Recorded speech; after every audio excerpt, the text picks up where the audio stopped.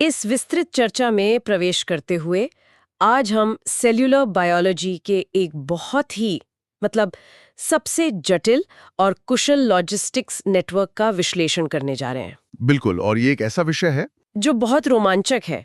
आज की इस चर्चा का आधार the biology and function of the Golgi apparatus नामक विस्तृत जीव विज्ञान के नोट्स हैं। हाँ, और इन नोट्स को देखकर गहराई में जाने से पहले ही सही कहा। तो हमारा मुख्य उद्देश्य क्या है? हम इस विशिष्ट कोशिकांग या सेल ऑर्गेनेल की संरचनात्मक जटिलताओं को डिकोड करेंगे। इसके जो इतने सारे नाम हैं, उनके पीछे का जो ऐतिहासिक भ्रम है, उस पर बात करेंगे। वो नाम वाली बात तो काफी दिलचस्प है वैसे, है ना?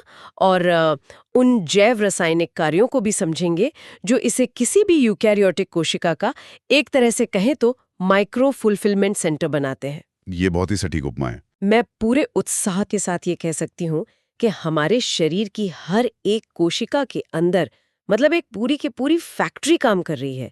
ये कोई सामान्य अंग नहीं है, ये एक स्वचालित छटाई और पैकेजिंग हब है। इसके बिना तो प्रोटीन सिंथेसिस का पूरा ढांचा ही ढह जाएगा। बिल्कुल। देखिए, अक्सर जीव विज्ञान के उन्नत अध्ययनों में भी लोग नाभिक यानी न्यूक्लियस या माइटोकॉन्ड्रिया पर ज्यादा ध्यान देते हैं। हाँ, वो ज्यादा लोकप्रिय है। सही कहा। लेकिन गोल्जी काय या गोल्जी अपैरेटस की भूमिका एक साइलेंट ऑपरेटर जैसी है। मैं तो ये कहूंगा कि यह विषय केवल रटने वाला नहीं है, ये जीवन के मूलभूत स्तर को समझने के लिए बेहद जरूरी है। वो कैसे? क्योंकि एंडोप्लाज्मिक रेटिकुलम यानी ईआर में जो भी प्रोटीन या लिपिड बनते हैं, वे तब तक किसी काम के नहीं होते जब तक कि गोल्जी काय उन्हें सही तरीके से मॉडिफाई, टैग और पैक न कर दें। बिना इसके पैकेजिंग के? बिना इसके सब बेकार है। इस एक अंग की कार्यप्रणाली को समझे बिना हम ये नहीं समझ सकते कि कोशिकाएं आपस में संवाद कैसे करती हैं या वे अपने बाहरी वातावरण के साथ कैसे तालमेल बिठाती हैं। इसी बात को और गहराई से समझने के लिए जब हम गोल्जी काय के वैज्ञानिक इतिहास को देखते हैं तो एक बहुत ही असामान्य स्थिति नजर आती है। ऐतिहासिक भ्रम वाली बात? हाँ, बिल्कुल। कैमिलो गोल्जी ने जब पहली बार तंत्रिका कोशिकाओं में इसकी पहचान की तो इसे गोल्जी काय कहा गया, जो कि उनके नाम पर था। हाँ, लेकिन इस अंग के साथ सबसे अजीब बात यह है कि जीव विज्ञान के पूरे इतिहास में इसे सबसे ज्यादा नामों वाले कोशिकांग के रूप में जाना जाता है, पॉलीनेमल सेल ऑर्गेनेल। इसके नामों की सूची काफी लंबी है। लंबी? नोट्स के अनुसार इसके कम से कम 8 अलग-अलग स्वीकृत नाम हैं। 8 नाम? हाँ, गोल्जी काय, गोल्जी कॉम्प्लेक्स, गोल्जी उपकरण, बेकर काय, डॉल्टन कॉम्प्लेक्स, डिक्ट्योसोम, आइडियोसोम और लिपोकॉन्ड्रिया। बाप रे! विज्ञान जैसे सटीक विषय में जहां हर चीज का एक मानकीकृत नाम होता है, एक ही संरचना के इतने सारे नाम कैसे अस्तित्व में आ गए, मैं यही सोच रही थी। इसका सीधा संबंध शुरुआती माइक्रोस्कोपी की सीमाओं से है और अलग अलग वैज्ञानिकों के काम करने के तरीकों से भी। ये जानबूझकर नहीं किया गया था? बिल्कुल नहीं। ये इस बात का प्रमाण है कि गोल्जी काय कितनी अलग अलग आकृतियां ले सकता है। उदाहरण के लिए कैमिलो गोल्जी ने इसे देखने के लिए सिल्वर नाइट्रेट स्टेनिंग का इस्तेमाल किया था। अच्छा, तो उन्हें कुछ और दिखा? हाँ, और जब बाद के दशकों में बेकर और डाल्टन जैसे वैज्ञानिकों ने इलेक्ट्रॉन माइक्रोस्कोप और लिपिड विशिष्ट स्टेन का उपयोग किया तो उन्हें कुछ अलग ही संरचनाएं दिखीं। तो लिपिड की वजह से नाम बदला? बिल्कुल, क्योंकि गोल्जी काय लिपिड और एंजाइम से भरपूर होता है, इसलिए जब इसे लिपिड स्टेन के साथ देखा गया तो इसे लिपोकॉन्ड्रिया कह दिया गया। ओह, तो उन्होंने सोचा होगा कि ये माइटोकॉन्ड्रिया जैसी कोई लिपिड संरचना है। एकदम सही पकड़ा आपने। और ये जो एक नाम है डिक्ट्योसोम, इसका क्या संदर्भ है?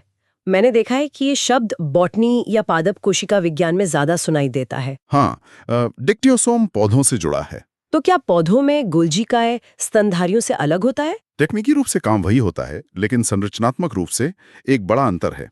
जंतु कोशिकाओं में गोल्जी काय अक्सर नाभिक के पास एक बड़े स्पष्ट और गुंथे हुए नेटवर्क के रूप में मौजूद होता है, एक साथ जुड़ा हुआ। हाँ, लेकिन पौधों की कोशिकाओं में यह पूरे साइटोप्लाज्म में छोटे छोटे स्वतंत्र और बिखरे हुए समूहों में पाया जाता है। और इन्हीं बिखरे में समूहों को डिक्ट्योसोम कहते हैं। बिल्कुल। ग्रीक भाषा में डिक्ट्यो का मतलब होता है जाल। तो जब पादप विज्ञानियों ने इन जाल जैसी संरचनाओं को देखा तो उन्होंने इसे एक नया नाम दे दिया। ये दशकों बाद जाकर साबित हुआ कि बेकर काय, डाल्टन कॉम्प्लेक्स और डिक्ट्योसोम असल में एक ही अंग के अलग अलग रूप हैं। हाँ, या अलग-अलग प्रजातियों में पाए जाने वाले स्वरूप हैं। ये वैज्ञानिक इतिहास का एक बहुत ही क्लासिक उदाहरण है, जहां तकनीक के विकास के साथ साथ हमारी समझ भी इवॉल्व होती है। बिल्कुल सही। वैसे इस विषय का अध्ययन करने वाले छात्रों के बीच इतने सारे नामों को याद रखना हमेशा से एक सिरदर्द रहा है। कई बार लोग इसके लिए ट्रिक्स का इस्तेमाल करते हैं। नोट्स में एक बहुत ही दिलचस्प ट्रिक दी गई है। हाँ, वो न्यूमोनिक्स वाली ट्रिक। हाँ, ट्रिक कुछ इस तरह है। बेकर गया, दी लिपोकॉन्ड्रिया, फिर आइडियोसोम और इस तरह से बाकी नाम। ये मूल रूप से इन सभी 8 नामों को याद रखने का एक विजुअल शॉर्टकट है। ये इस बात को जरूर दर्शाता है कि एक बायोलॉजिस्ट को इस अंग के ऐतिहासिक भ्रम को पार करने के लिए कितनी मशक्कत करनी पड़ती है। हाँ, लेकिन असली समझ तब विकसित होती है जब हम ये जान लेते हैं कि पादप विज्ञानियों ने इसे डिक्टियोसोम क्यों कहा।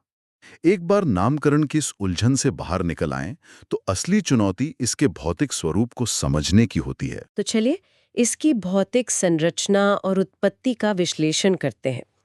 जब हम इसकी बुनियादी प्रकृति की बात करते हैं तो ये एक एकल झिल्ली युक्त कोशिकांग है। Single membrane bound. ये बहुत महत्वपूर्ण पॉइंट है। और नोट्स के अनुसार इसकी उत्पत्ति सीधे तौर पर ईआर यानी एंडोप्लाज्मिक रेटिकुलम से होती है। हाँ, माइटोकॉन्ड्रिया या क्लोरोप्लास्ट जैसे अंगों के विपरीत, जिनके पास अपनी दोहरी झिल्ली होती है और अपना अलग डीएनए होता है। बिल्कुल। गोल्जी काय ईआर के ही एक विस्तारित लेकिन अत्यधिक विशिष्ट हिस्से की तरह काम करता है। और ये एकल झिल्ली का होना कोई मामूली बात नहीं है। क्यों? क्योंकि इसे लगातार ईआर से आ रही पुटिकाओं यानी वेसिकल्स को अपने अंदर मिलाना होता है और फिर अपनी ही झिल्ली का एक हिस्सा तोड़कर नई पुटिकाएं बनानी होती है। तो अगर दोहरी झिल्ली होती तो ये झिल्लियों का लगातार जुड़ना और टूटना, जिसे वेसिकल ट्रैफिकिंग कहते हैं, ये जैव भौतिक रूप से असंभव हो जाता। समझ गए? इसकी संरचना को अगर हम गहराई से देखें तो ये मुख्य रूप से 3 घटकों से मिलकर बना है। इसे याद रखने के लिए मैं एक चिर परिचित ट्रिक पेश करना चाहूंगी।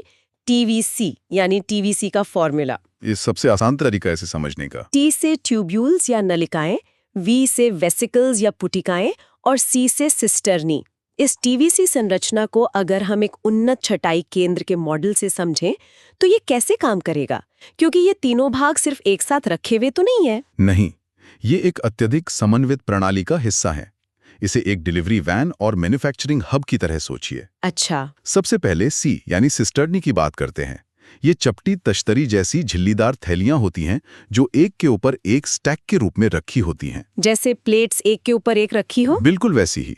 ये मुख्य प्रोसेसिंग फ्लोर है। ईआर से जो भी कच्चा प्रोटीन आता है वो इन सिस्टर्नी के अंदर से गुजरता है। और हर सिस्टर्नी के अंदर अलग-अलग एंजाइम होते हैं। हाँ, जैसे जैसे प्रोटीन एक थैली से दूसरी थैली में जाता है, उसमें जटिल कार्बोहाइड्रेट जोड़े जाते हैं।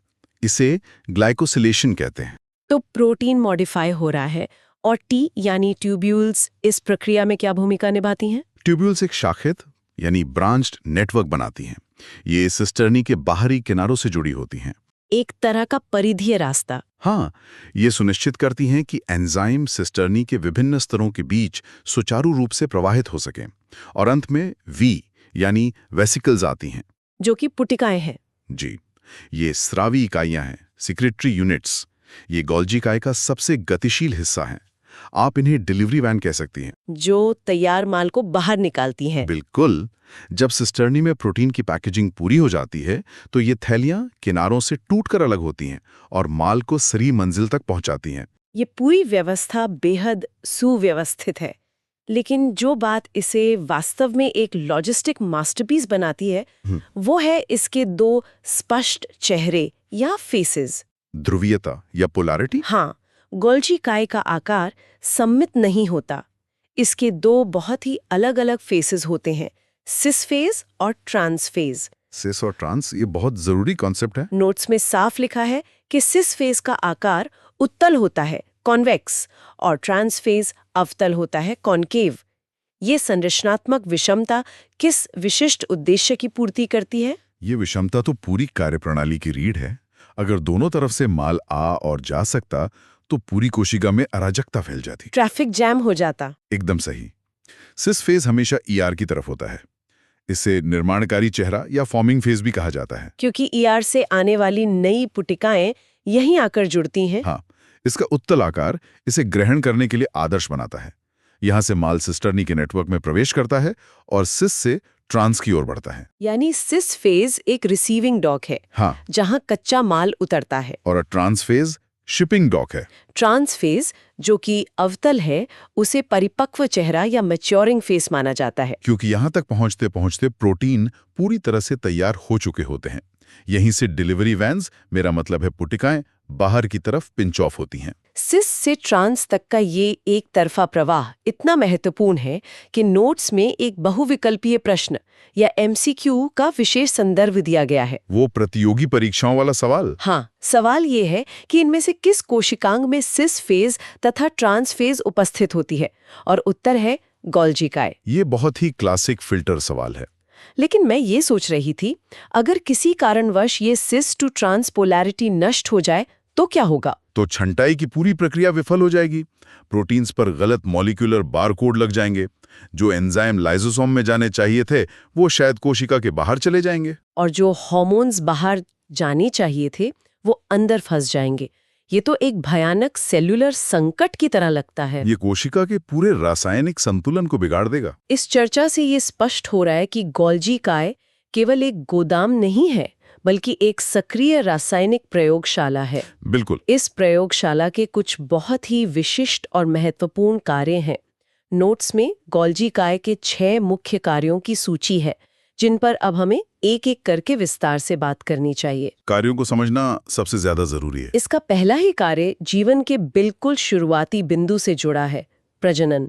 स्पर्म में एक्रोसोम का निर्माण करना और स्पर्मेटिड को पूर्ण स्पर्म में बदलना। एक्रोसोम का निर्माण गोल्जी काय की सबसे असाधारण क्षमताओं में से एक है। ये जैव रासायनिक स्तर पर काम कैसे करता है? देखिए, एक्रोसोम असल में स्पर्म के सिर के बिल्कुल अगले हिस्से पर मौजूद एक टोपी जैसी संरचना है। जब निषेचन या फर्टिलाइजेशन का समय आता है, तो स्पर्म को मादा अंडे की बेहद सख्त बाहरी परतों को भेदना होता है, जो कि बहुत मुश्किल होता होगा। हाँ, इसे भेदने के लिए कुछ बेहद शक्तिशाली हाइड्रोलाइटिक एंजाइम्स की जरूरत होती है। गोल्जी काय इन सभी एंजाइम्स को एक ही बड़ी पुटिका में अत्यधिक संघनित कर देता है, और यही बड़ी पुटिका एक्रोसोम बन जाती है। बिल्कुल। आप इसे एक बायोलॉजिकल वॉरहेड मान सकती हैं। हाँ, अगर गोल्जी काय ये काम ना करे तो स्पर्म अंडे में प्रवेश ही नहीं कर पाएगा और प्रजनन की प्रक्रिया वहीं रुक जाएगी। ये वाकई में जीवन की शुरुआत के लिए एक अहम कदम है। कोई शक नहीं इसमें। जंतुओं से हटकर अगर हम पौधों की बात करें तो वहां भी इसका काम बहुत हैरान करने वाला है। पादप जगत में गोल्जी काय कैल्शियम और मैग्नीशियम पेक्टेट का स्राव करता है, जो मध्य पटलिका या मिडल लमेला का निर्माण करता है। हाँ, हम जानते हैं कि मध्य पटिलिका 2 पादप कोशिकाओं के बीच की परत है, लेकिन इस पेक्टेट का असल महत्व क्या है? इसे समझने के लिए हमें पेड़ों की विशालता के बारे में सोचना होगा। इंसान या जानवरों के पास हड्डियों का कंकाल होता है ना, जो उन्हें सीधा खड़ा रखता है। हाँ, लेकिन पौधों के पास ऐसा कोई कंकाल नहीं होता। फिर भी सैकड़ों फीट ऊंचे पेड़ गुरुत्वाकर्षण के खिलाफ कैसे खड़े रहते हैं? क्योंकि उनकी कोशिकाएं आपस में मजबूती से जुड़ी होती हैं। एकदम सही। और ये जो कैल्शियम और मैग्नीशियम पेक्टेट है, ये एक तरह का प्राकृतिक गोंद है। और गोल्जी काय इस गोंद को बनाता है। हाँ, और कोशिका के बाहर स्रावित करता है। ये मैट्रिक्स 2 कोशिकाओं के बीच जाकर जम जाता है और उन्हें मध्य पटलिका के रूप में एक साथ लॉक कर देता है। अगर गोल्जी काय ये काम बंद कर दे तो कोशिकाएं आपस में जुड़ नहीं पाएंगी, कोई ऊतक नहीं बनेगा और पूरे के पूरे जंगल एक तरल सूप की तरह ढह जाएंगे। ये कल्पना ही अपने आप में हैरान करने वाली है कि इतने विशालकाय जंगलों का अस्तित्व सूक्ष्म कोशिकाओं के अंदर बैठे एक छोटे से गोल्जी काय पर टिका है। प्रकृति का यही तो चमत्कार है। और पौधों से ही जुड़ा इसका एक और काम है, कोशिका विभाजन, सेल डिवीजन।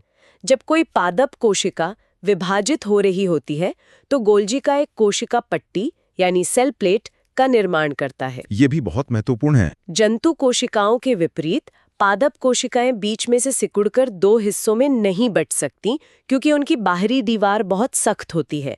तो वहां गोल्जिकाय कैसे हस्तक्षेप करता है? बहुत ही सटीक सवाल है। जंतुओं में अलग प्रक्रिया होती है, लेकिन पौधों में जब नाभिक का विभाजन हो जाता है तो गोल्जिकाय सक्रिय हो जाता है। वो क्या करता है? वो ट्रांसफेज से भारी मात्रा में ऐसी पुटिकाएं रिलीज करता है जो कोशिका भित्ति बनाने वाले रसायनों से भरी होती हैं। ये पुटिकाएं कोशिका के बिल्कुल मध्य भाग में एक कतार में जमा होने लगती हैं। और फिर ये आपस में फ्यूज हो जाती हैं। हाँ, जिससे एक नई कोशिका पट्टी बनती है।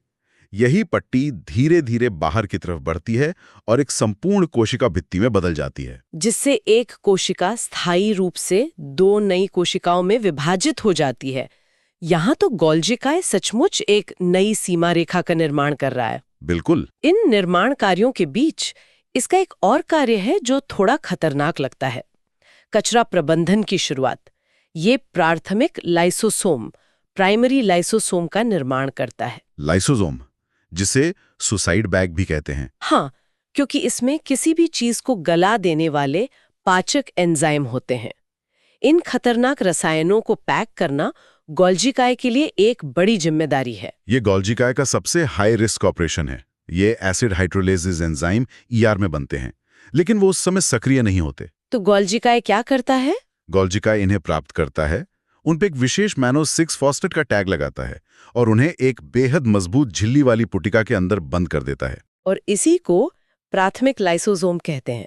हाँ, प्राथमिक इसलिए क्योंकि ये अभी निष्क्रिय है, सुरक्षित रूप से पैक्ड है। गोल्जिकाय की भूमिका यहाँ हजार्डस मटेरियल कंटेनमेंट की तरह है। अगर पैकेजिंग में थोड़ी भी चूक हो जाए तो ये एंजाइम लीक हो जाएंगे और कोशिका खुद को ही पचा लेगी, ऑटोलिसिस हो जाएगा। ये एक बेहद नाजुक संतुलन है। एक तरफ घातक एंजाइम्स को नियंत्रित करना और दूसरी तरफ सुरक्षा कवच बनाना। जैसे कि इसके अंतिम कार्य में बताया गया है, ये कोशिका भित्ति में काम आने वाले पदार्थों का निर्माण करता है, जटिल कार्बोहाइड्रेट्स का निर्माण। हाँ, ये सिर्फ रसायनों को पैक नहीं कर रहा, बल्कि नए अणुओं को खुद संश्लेषित भी कर रहा है। और यही बात गोल्जिकाय को ईआर से अलग करती है। ये एक कार्बोहाइड्रेट मेटाबॉलिज्म का प्रमुख केंद्र भी है, जो पौधों और कवकों को बाहरी झटकों और पैथोजन से बचाता है। ये एक साथ एक निर्माण इकाई, एक संशोधन प्रयोगशाला और एक वितरण केंद्र है। आज की इस पूरी चर्चा ने सेल्यूलर बायोलॉजी के इस साइलेंट ऑपरेटर को एक बिल्कुल नए प्रकाश में ला दिया है। हमने देखा कि कैसे कैमिलो गोल्जी द्वारा खोजे गए इस अंग ने अपने नामकरण को लेकर वैज्ञानिकों को उलझाए रखा। डिक्टोसोल से लेकर लिपोकॉन्ड्रिया तक का सफर। हाँ, हमने इसकी टीवीसी संरचना, नलिकाएं, पुटिकाएं और सिस्टर्नी के बीच के समन्वय को समझा। सिस और ट्रांसफेस के माध्यम से इसके ध्रुवीय स्वभाव को डिकोड किया, जो उसकी कार्य प्रणाली का आधार है। और इसके उन विविध कार्यों का विश्लेषण किया जो एक्रोसोम निर्माण से लेकर मध्य पटलिका बनाने और प्राथमिक लाइसोसोम जैसे खतरनाक पैकेजेस को सुरक्षित रखने तक फैले हुए हैं। और ये सब उस सूक्ष्म स्तर पर हो रहा है जिसे हम नंगी आंखों से देख भी नहीं सकते। इसकी अचूक सटीकता ही इसे जीव विज्ञान की सबसे सुंदर प्रणालियों में से एक बनाती है। हमें एक विचारोत्तेजक सवाल की ओर ले जाती है। आज की इस विस्तृत चर्चा से ये तो स्पष्ट हो गया कि गोल्जिकाय लाइसोसोम बनाने से लेकर कोशिकाओं के निर्माण तक सब कुछ नियंत्रित करता है। सब कुछ इसके हाथ में है। लेकिन जरा सोचिए, अगर किसी कोशिका में ये पैकेजिंग और शिपिंग विभाग अचानक हड़ताल पर चला जाए या अपना काम ठीक से न करे, तो क्या शरीर में कचरे का अंबार नहीं लग जाएगा? ये सोचने वाली बात है। क्या हमारी कोशिकाओं का ये छोटा सा अंग हमारे शरीर की कुछ सबसे बड़ी और गंभीर बीमारियों की जड़ हो सकता है? ये सवाल शोध के लिए एक शानदार बिंदु है। आज की इस गहन चर्चा में इतना ही। इस पर जरूर विचार करें।